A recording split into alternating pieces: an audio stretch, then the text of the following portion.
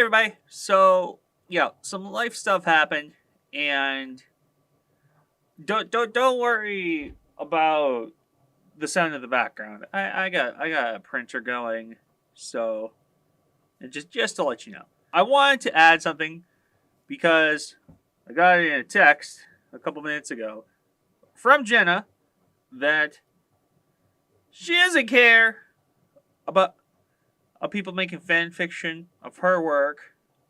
She said it in this episode that you were about to watch or have watched, depending on what part of the video I put this in, that as long as it's appropriate. In which, to her point, I wholeheartedly agree. So, for those who are watching the video, still watching the video, thank you for watching. Please, we're going to say at the end of the video too, but I'm going to say at the start of the video too. Like, comment, subscribe. I'm not sounding kind of cheesy, but please, smash that like button. Click the bell so you know when we upload. We're going to be trying to put it on Spotify. I'm still trying to figure out how to put it on Apple Podcasts. I'm going to be honest. Still trying to figure that out. But I got some other big, cool news.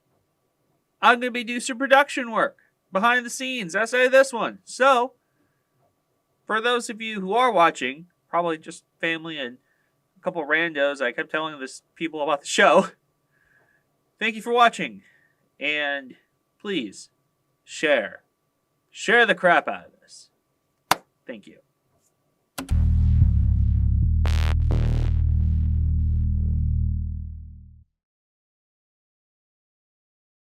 Hey guys, so tiny bit of change of plans. So we had some real life stuff happen, so we decided we wanted to talk about fan fiction. It's really a weird world, but we have some defenses. We have some stuff to say about it. And I think thought it was pretty funny to they brought it up, for something I almost was not going to be here this week, but I decided to come, and I was like, oh man, I kind of want to talk about it. So yeah, let's talk about that. So for episode on fan fiction, I just want to be very clear about one thing. I'm not against fan fiction, and I'm not against fan art, because I consider that as a practice to basically strengthen your craft. So if you want to learn and kind of not just teach yourself, but how to know what is good writing, and you want to kind of mimic your favorite writers in writing some sort of fan fiction of their characters, then that could well be good for you, and also for artists who want to create fan art in I want to learn how to draw this thing. So yeah, and I mean, and that's a good way to put that, is a good learning exercise for you are taking your own interpretation of the story. You are kind of basing your whole you're just having your own interpretation of these characters, and maybe how you would have alternatively wrote them.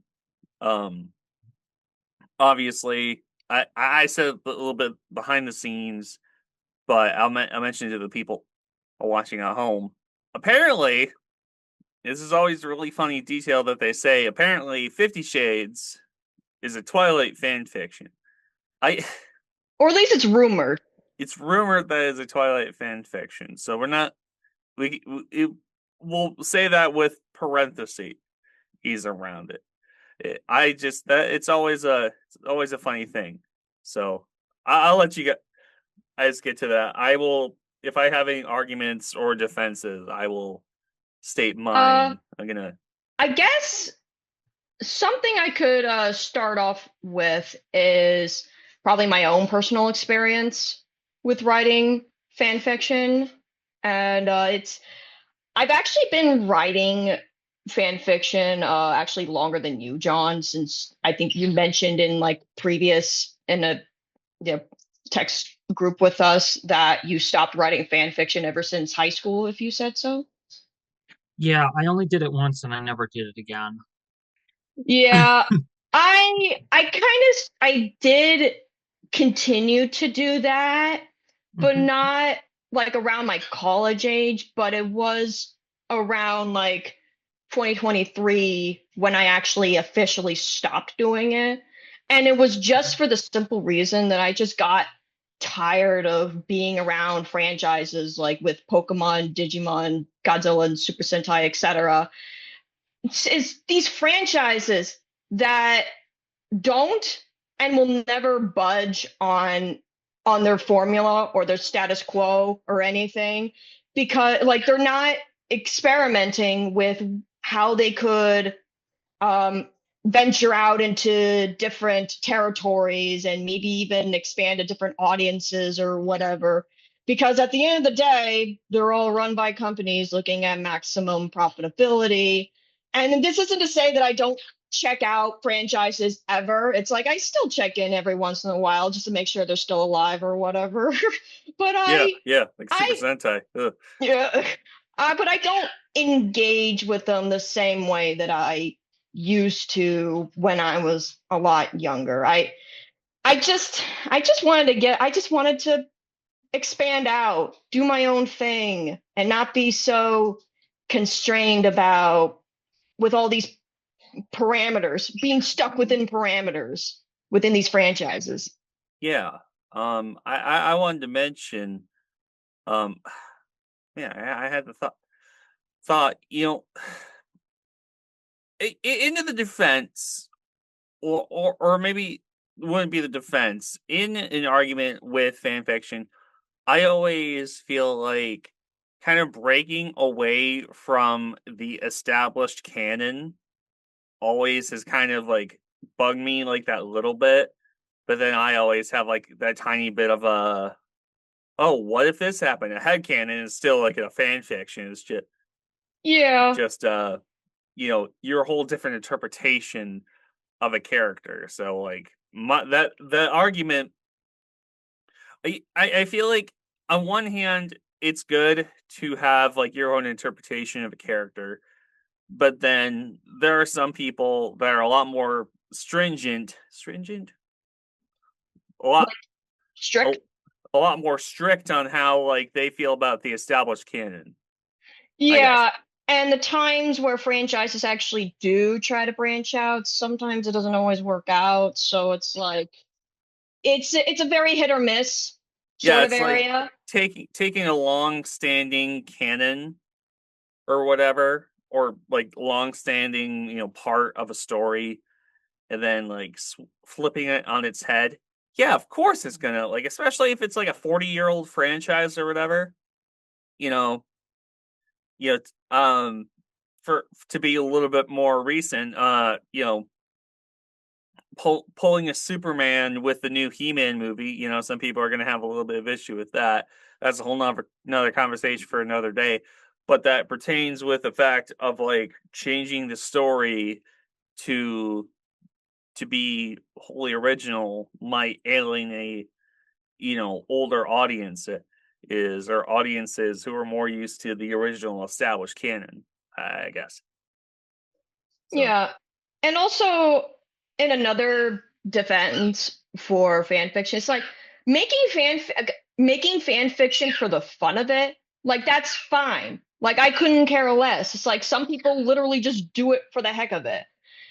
Because sometimes it's just fun to think about the what if scenarios, the head canons. Oh, what if it take or sometimes what if it takes place in this universe? What if it was like in a post-apocalyptic wasteland, or what if this was like full fantasy or whatever? Like it's just fun sometimes to think of what could be if things went in a different direction. It's just for me and my personal experience, as I mentioned, if you want to actually have a legitimate writing career and you think that because you did fan fiction that's all you need to write for movies and shows, it's like that's when I have a problem with it, because you are limiting yourself as to what you can do and your works are just not going to stand out that much. And in worst case scenarios, they become an incoherent mess. Mm-hmm. Well, it's also interesting that you mentioned that because, these people who do write these stories that they don't want to consider as saying like, well, I technically was inspired by writing fan fiction to write this story or this novel. And then like the thing becomes a hit and then they tell their audience like, "Oh, well, you liked this, but originally it was this being a piece of fan fiction for from this franchise that I loved so dearly at a younger age." And and I don't like it when these authors are blocking the question of like whenever they're being asked like what was the inspiration for your novel, they don't just come out saying like, well, technically it started out as fan fiction, but then I decided to switch a few words, change out a few elements. And it's like it's it's just so sad that they just don't come out and just say this was starting up as fan fiction. The only author I know who has approved of fan fiction was a long time ago after the Chronicles of Narnia were finished. There was a letter to C.S. Lewis about asking about the fate of Susan Pevensey. Is basically, did she make it or not? And Lewis basically said he didn't really know because he didn't really want to write. He didn't want to write another Narnia story or another Narnia book. So he basically gave the person who wrote the letter. He wrote them back, basically giving them permission of saying, well, why don't you you can take a stab at it if you want. You can you can write it if you want. I'm not going to care. So it's like, well, if someone's going to openly say, I'm okay with this, that's great, And we don't hear authors saying that either. We don't hear modern authors now saying, you can write fan fiction of my stuff. I don't care. It's not canon. So, Yeah, and I even said before we started recording, I think some of it, part of it is because there's just a lot of stigma around fan fiction work because, it's one, it's very tropey. Two, a lot of it is shipping, annoying shipping sometimes. And three, another part of it could also be they don't want to be like sued. They're scared of being sued for plagiarism or something. I don't know. That sounds like a stretch, but that seems because I say that because I don't remember where I heard this, but technically fan work is illegal. But most studios and authors like they don't mind that because it's free publicity for them. And the other thing, it's like as long as they're not making money off of that fan fiction, then it's like they won't care that much. It's only been under very rare circumstances where they'll actually take down fan works, or they could be a power hungry company that uses their ginormous success to go after random people simply because they can't have Nintendo. It usually also is like I was gonna say it's also the fair use clause in a good number Yeah. of stuff. So, especially if you're talking about it in per review or like, hey, I really like this game. Under the fair use clause, you can still technically talk about it. It just might not get as much dough as Yeah. yeah, no, it's 100% free publicity to talk about like certain things. I wanted to mention this because we are talking about fan fiction, and I wanted to try to get to it sometime in the episode. I might as well get it pretty early on. Do you guys know the longest piece of literature in recorded human history is a Super Smash Brothers Brawl fan fiction? Which one was it? I am actually on the page right now. I was curious. It is the Subspace Emissaries World's Conquest. At the current moment, as of April 17th, 2025, it is currently sitting at 223 chapters. Oh And my gosh. per page, I believe it is a couple thousand. Uh, I might be reading this wrong. It looks like current words. Oh, actually, never mind. So current words, it's I believe 4,120,640 words. Oh my gosh. How much, like, I wonder how they come up with their materials if it's been going on that long. I mean, they obviously have to introduce like certain like obviously if they have new franchises, join Smash Brothers. This whole fan fiction started in 2008, March 4th of 2008, and And that has been going on for seven, no, not 17. If this person were to have a child, when this fan fiction was written, they would be a teenager or almost an adult by now. So to think that they've been working on this for at bare minimum 18 years, so they would be an adult. 18 whole years this fan fiction has been worked on. Like, it is wild. Yeah, and also another thing that I and then again, this is just me personally, that I I kind of like I find it really interesting how there are people that, continue to write fan fiction within the actual, like, because I always, like, I thought of it as a constraint, like a restriction. Like, oh, you technically can't really, like, leave this section here. You can't really, like, go too much into it or whatever. Or but then again, I wrote fan fiction that almost feel like an entirely different franchise practically. So it's I mean, like, that's what happens a lot of the time. yeah, so I don't know. I think it's like, maybe it's just me speaking of kind of growing disillusioned with like already existing franchises getting shoved in our faces or whatever, but it's like, I don't, it's probably just a me thing. I just Yeah. find it really, like, it's just find that interesting.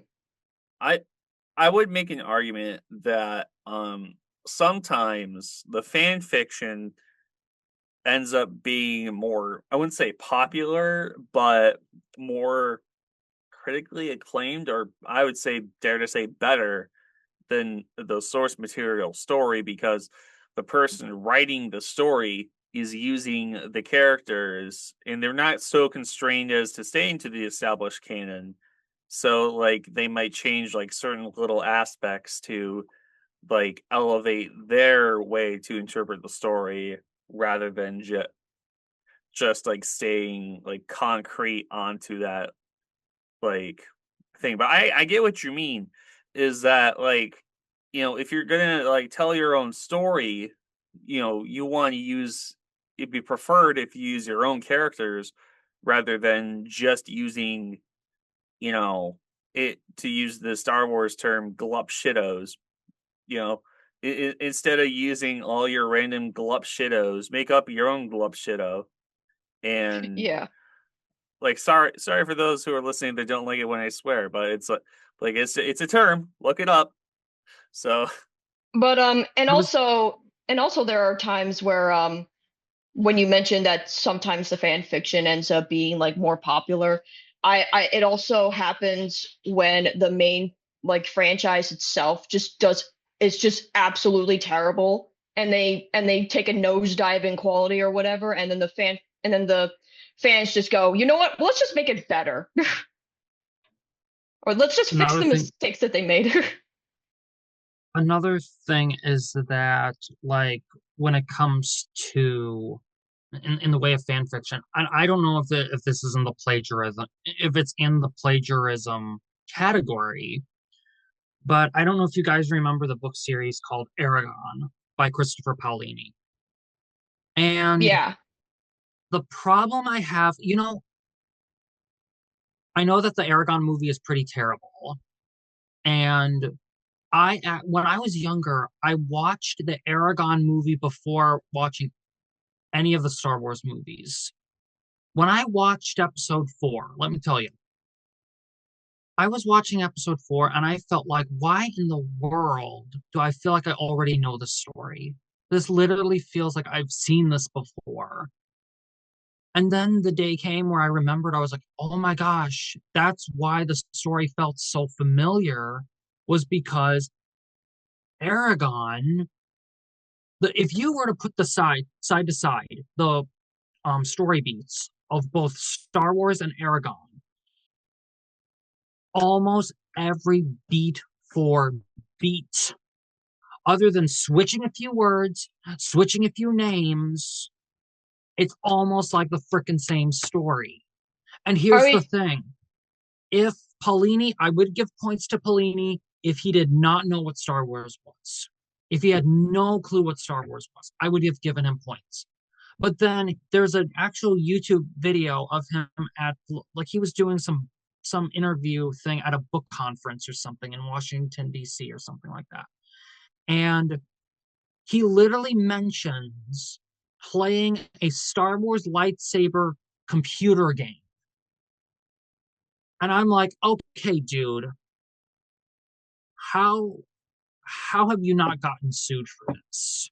Or how have you not gotten in trouble for this? So wait, because are you just talking switching a few words, from lightsabers and swords to from TIE fighters to dragons, it ain't gonna work for you, buddy. I'm sorry. Was it Knights of the Old Republic? I don't know. He never said. That's the game. He never said. He never said what the game's name was. He never said the name of the game, but all he said was it was a Star Wars game. Well, are we talking about like the movie specifically or like the book series? Both. Even when I read the book, it felt like Star Wars. Even when I read the book or listened to the audiobook, it felt like how did this guy not get sued? Well, let me tell you, because I'm not, to bring a counter to that, I'm not the type of person to automatically say, oh, this is plagiarism just because I see like narrative similarities. It's like sometimes narrative similarities are just going to be inevitable because many storylines and tropes have been used so many times throughout history because they are consistently reliable and they work. That's why everybody uses it. And some of these tropes have been around in since the ancient time or whatever, because they work, because they just, that's why I'm just not very keen on automatically saying, oh, this is plagiarism, because it's this is just what writers do. This is what writers do, use all the time. I mean, it's unless someone actually puts up a 1 hour, an hour-long video essay going over every minute detail on the actual similarities, showing that it's almost like a one-for-one copy. I'm just not gonna I'm just not gonna jump to that conclusion. Yeah. Well, I was gonna say, the basic story beats of Star Wars is obviously it's the chosen one. It is predestined by this magical force or whatever, or and an evil wizard. But he's chosen by an older wizard to defeat a evil wizard and his cabal of evilness. And I mean, obviously, then you actually reel in the story of Vietnam, because that's also it's also based off the story of Vietnam, guys. So, but I think having the basic story beats, I think following the basic story beats doesn't necessarily make it plagiarism. I think it's just, oh God, I'm sorry, guys who are listening, and you guys, I can barely talk right now. Oh.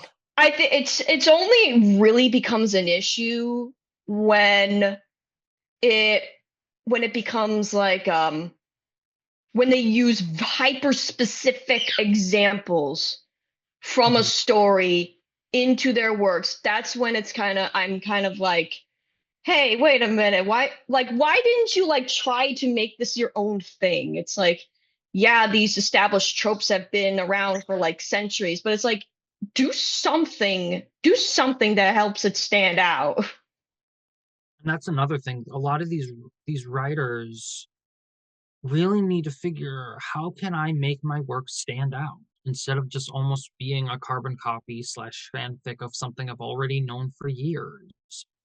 People want new stuff. And if they're unfortunately, people are not willing to take the risk. And that's the biggest problem. I think that's one of the biggest problem with the generation of our writers today. Not just writers, but just creatives in general, is you need to take a risk. These huge movies wouldn't have happened if it wasn't because of not taking a risk factor. Look at all these companies playing the let's play it safe. I feel like when I think about these live action Disney movies, it's almost like they're playing it safe. This is their let's play it safe card all the time.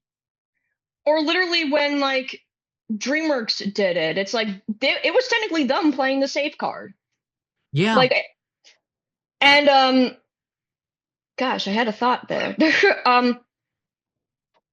Oh gosh, well, I guess one, like, it doesn't help that the reason, like, a lot of the and that's another thing that annoys me, is that these companies are spending so much exorbitant amount of money. And it's like, you could have been spending all that money on something else to like do something new, and you're not doing it. And it's like, it's essentially just they're essentially just making slapped on fan fiction. I mean, obviously, we know one reason why they do it is because it sells. So Yeah. I mean that's a lot of the reason why they're doing all these like rehashed like live action reboot movies. I actually think after the failure of Snow White, they actually decided to like step back. I'm not 100% sure. So Yeah, and also it doesn't help that a lot of these like fan fiction sort of things, they tend to be very tropey, like mostly because it's like they're essentially just doing the same thing because they're working with a limited palette sometimes. Like, unless they make it into like a straight up horror, but that's a whole other can of worms entirely. It's like, oh my gosh. I understand, like, I mean, take Wicked for example. That's definitely fan fiction. Oh That my is gosh. definitely fan fiction. It's such But a at least weird. it is a story of open domain, because there's a difference between writing fan fiction of something that's not open domain versus is something of open domain. So Yeah, it's, I don't know. It's like, at best, like the Wicked book, at best, is really, really weird. And at worst, it's barely disguised. It's weird fetishes for some reason. And it's so gosh darn, like, do I need to, do I need to be concerned? it is a movie based off a play, based off a book from the 90s, based off a movie from the 30s, based off, I believe, the book itself, which is a whole different series, I believe. It's a whole like continuous series, is like from 100 years, even more, even much older. So it's like it kind of leads to itself. I mean, like at this point, like take like could probably even argue even modern day like storytelling from like big, not conglomerate, but big storytelling like Marvel, DC, like these companies that have been around for 50, 60, 70 years. It's some way or another, or like doing fan interpretations of something they read like 20, 30, 40 years ago. But that might be a dumb observation, but I mean, you know, you can only like rewrite a character so much before you're kind of taking story beats from like 30, 40 years ago that a guy liked. So Yeah. Yeah. And it actually is kind of funny. Like now that you bring up the comics, is when they reboot them almost constantly. It's like they're technically making fan fictions of fan fictions of fan fiction. Fan fiction inception. that's what I'm saying. That's what I'm saying. You know, Yeah. you got the Batman 66 comics. That's just legitimate fan fiction. Not when I say legitimate, I mean that's like canonical fan fiction of like somebody that wrote this thing, and maybe Burt Ward or like any surviving like writer or cast member had something to do with it, but like necessarily, anything that happened back in the 60s when Batman 66 aired is really what happened. Unless you consume that part of the media, then you really don't know what's going on with it, and it's not to your canon. So, Yeah. And when it, oh, no, go ahead, go ahead. No, you go ahead. and when it comes to, and even when it comes to comics, it's like we don't even know like what is really canon. Like you could have a whole collection of certain comics and just be like, okay, that's canon in this story. Yep. And then there's a different canon for another set of stories. That So yeah, it is fan fiction into fan fiction Yeah, into fan fiction. and yeah. And as a consequence of that, there's just no stakes at all because they're just going to reboot it again It's if they kind don't of like funny. it. Yeah, it's kind of funny that you say that, because I'm pretty sure that's one reason is why we have stuff like Elseworlds and What If, the universes or alternate. The whole concept of the multiverse is just because somebody wanted to change like a little different idea of well, I want to interpret. I don't know. This is probably 100% incorrect. It was like I wanted to interpret the Flash like this instead of a guy in a tin metal hat or whatever. I wanted him to be a guy in a whole red suit. So it just like it is necessary to have some interpretation of a character, especially if you're writing for that character. I mean, that's just my observation. Slight step back. I just wanted to add to something I said about the whole like fan fiction on the fan fiction on the fan fiction when it came to Wizard of Oz. The original book is from 1900 exactly. Yeah. So, but anyway, back to any counter arguments or regular arguments. So, yeah. And this kind of I'm just going off of my notes here. And it's weird, and like especially with these like official works, which are practically like official fan fictions, is when they never really bother to alter the story if they actually want to like publish anything like new. And it doesn't help because nowadays that I always think that accessibility is a double-edged sword because on one hand you have all of these amazing creators that are coming out and making all of this cool work, but on the other hand everyone can do it, anyone can do it. So what it result and anyone can do it, and it also happens very, very quickly. They can do it like as fast or as slow or whatever they want. So it results in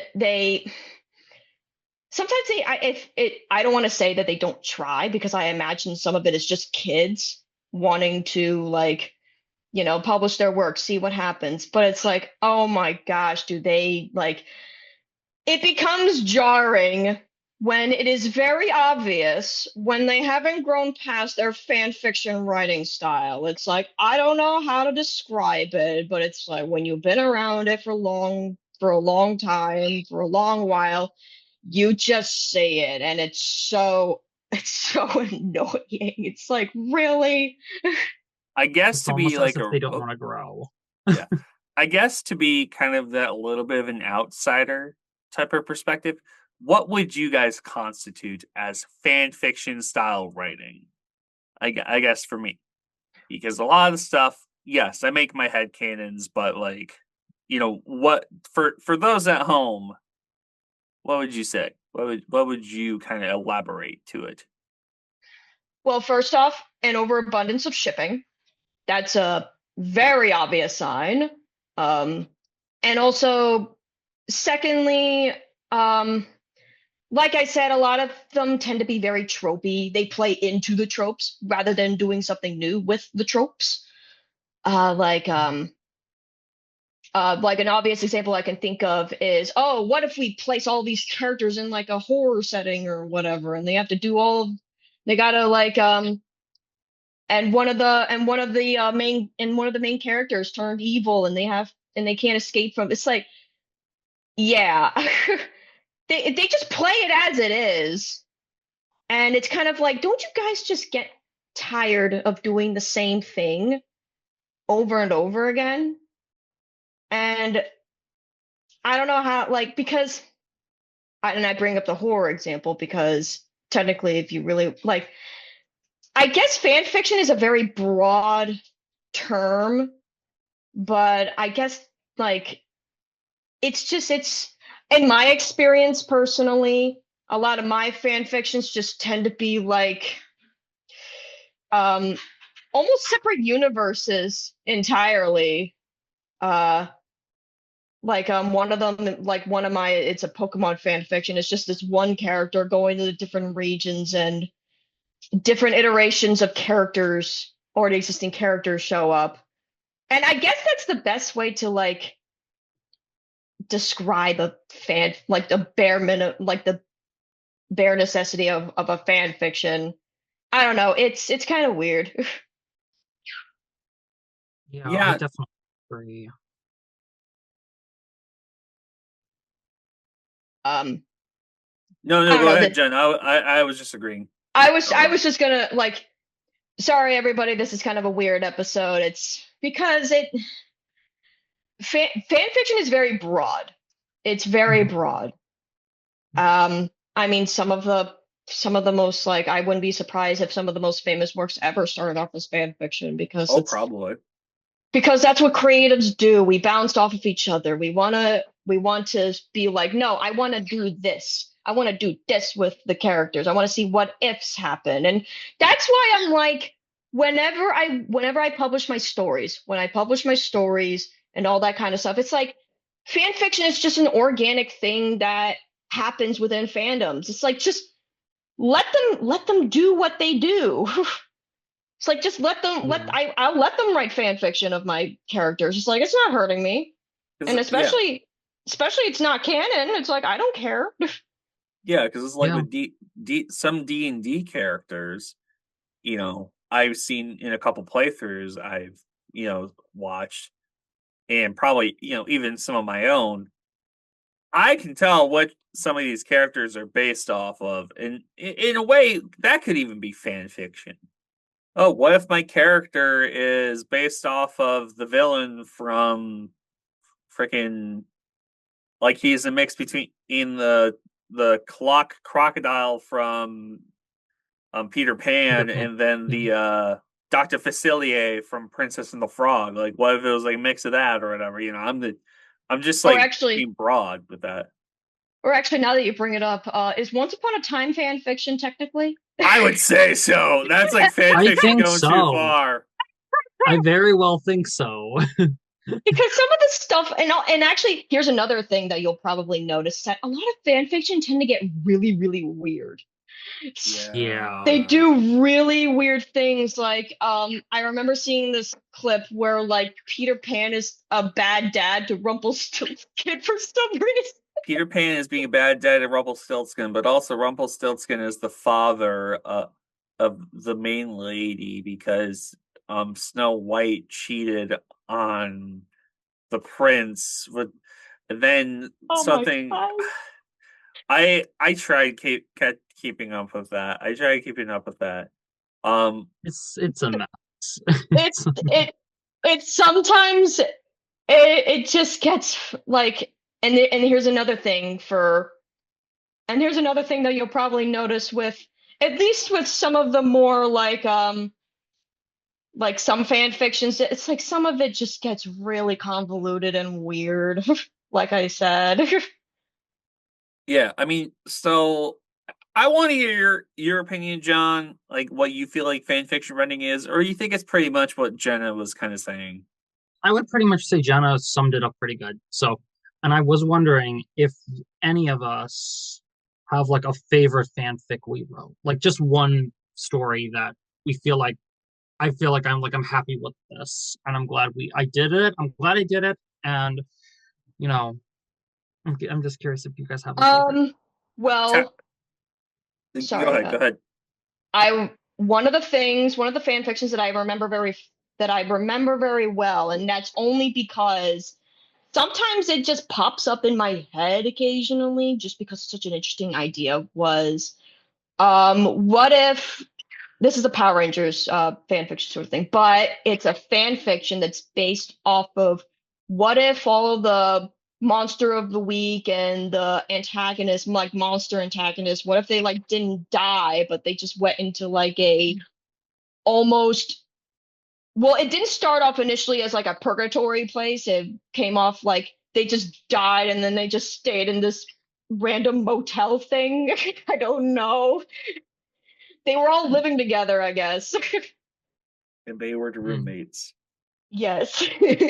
Uh, and then like a few select of them became like what I describe them as, or the main title of it is called Power Monsters. They became like sort of pseudo Power Rangers. uh, And they so- like fought like dark beings or whatever. It's kind of like the Suicide Squad, if you will. What are we? Some sort of suicides?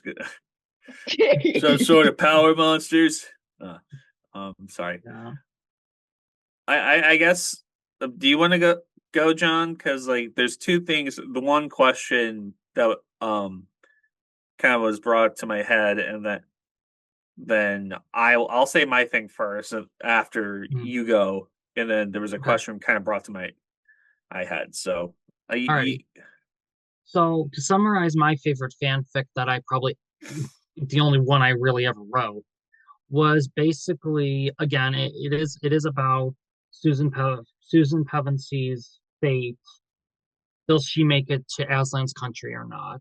So basically my fanfic was basically, if this story comes after everybody leaves old Narnia, goes to new Narnia, they go up to this hill, and Aslan meets Iluvatar, who's the creator of Middle Earth. So creator of Middle Earth and Narnia are meeting up.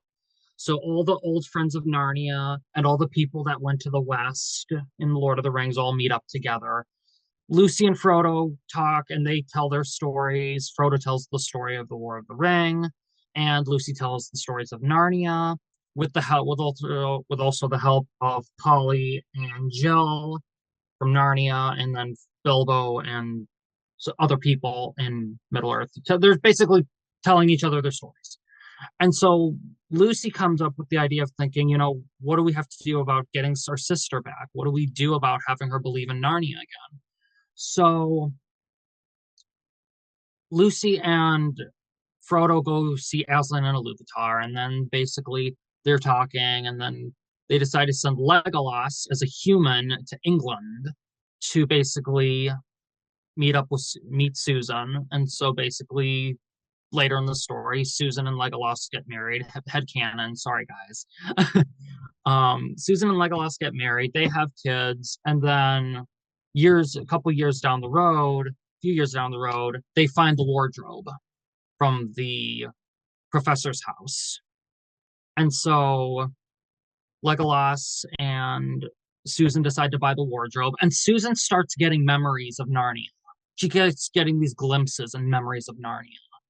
And so something really bad happens. Basically, unfortunately, Legolas gets killed off in the story. And then Susan and Legolas's house gets robbed. So in order to save her kids, Susan tells her kids to hide in the wardrobe. And basically, Susan placing her faith in the wardrobe was how she got back to Narnia. That's how she got back to the Aslan's country. So Yay, that's basically she the re fight. Yay, Yeah. she reinstated her faith in Christianity. Well, that's what Lewis would have wanted. So It's gotta Be just a get what what he good we would have Chris. wants. wanted. Be a good Christian, people. Be a Remember, good She's a kids. good Christian. Christian woman. I'm a good Christian woman. I married an elf. So true. Why does he Who look? Why does he look like 30 years younger than me? Don't worry about it. Don't worry about it. Don't I'm not making worry, fun of it's your story. I'm just like I thinking, know, like, but what is does so he good does about he you're age saying? like a human, or yeah, does he He's stay aged like a and human. okay? He's Okay. aged yeah, like but a human. and that's also another thing as well with like Yeah. mind fan like sometimes it's just fun to look back on these fan fictions that I've made and realize like first off some of them are really freaking weird. It's almost like an acid trip. And Yeah. second off, it also just shows how much I've grown in my writing. Like I realize like it shows how much how I've learned how to do like structure and pacing and character development. Most of them I didn't even most of the time I didn't even like write it in like a story form. I mostly wrote it in like a events that'll probably show up. I never finish any of my fan fiction. That's the problem. I never finish any of them because they're just so much just happened. And also life happened. And also life was going on. So I didn't have time to do My all that. It's mine. just Oh, I was gonna say mine was, and it was kind of the way I kind of got introduced to TinkTank was I used to do little skits of like common writer figures and stuff. Instead of trying to keep them pretty canon to the story, is like, what if everybody was a jerk to the main guy? Everybody's a jerk. Even the main guy. Even the main guy. I loosely followed certain story beats. Obviously, it was a video format. This is almost a decade ago. Um, no, it was so just it's, really funny. What? I was just gonna say, so it's like it's always sunny in Philadelphia. I guess you could say that. Like, what if everybody was a jerk? Yeah. We brought up popular fan fiction, so to speak, that have become their own mainstream stuff. Another thought I had in my head is I've heard kind of rumblings that like Del Toro's Frankenstein was the least like faithful to the original story, and like also kind of makes me think of, because apparently Del Toro was like wanting to write it since he was 7, which honestly, big ups for the guy. I mean, damn, like a whole like, how old is this guy? Almost 60. Like several decades of like waiting to tell this story. Like, the hats off to you on that one. Kind of makes me also think of like, I don't know if the similarities are really there, but I always heard people describe the Avatar movies as Dances with Wolves, but as like instead of Indians or Native Americans, to be more correct, it's the Navi. So I mean I could be wrong. I could be wrong, but I feel I mean, like like I said, I mean, there is kind of like a sort of line, I alluded to. Fan fiction is very very broad. It could be like an adaptation of something. It could be like heck, sequels could be considered fan fiction. It's like it's everywhere. Oh my word, it's technically everywhere. like it's Because it's not like, yeah. what were we gonna say? No, I was agreeing with you. Yeah, it's just what we do as writers. It's a learning exercise. Yeah, learning exercise and also like just trying to like figure out if things could have gone differently. It's like what if this and that and all this sort of thing. It's like, and also maybe even figuring out how do you even could this could have this been better? How do you Yeah. elevate something? Yeah. And I feel like that's that's I guess putting it like that is kind of like what adaptations almost are. They're sort of a fan fiction to be in the loose term. Loose term? Yeah, like in the like semi like it's. I mean, it's technically going on. It's technically like going off of an existing property, putting their own Yeah. spin on it. So maybe it's kind of weird. It's just But different variations of different stories. yeah. And I don't know. I think it's just the term fan fiction. It gets a bad rep. Yes, it does get a bad rep. When actually now that we bring this up, it's like fan fiction really, like, yes, as I said before, it gets a bad rap, and it has a lot of stigma behind it. But when you really think about it, a lot of the, popular works and such are technically just fan fiction. Like a lot of good adaptations, all this like some of the stuff that we have like watched or read or whatever, it's like they all started from fan fiction.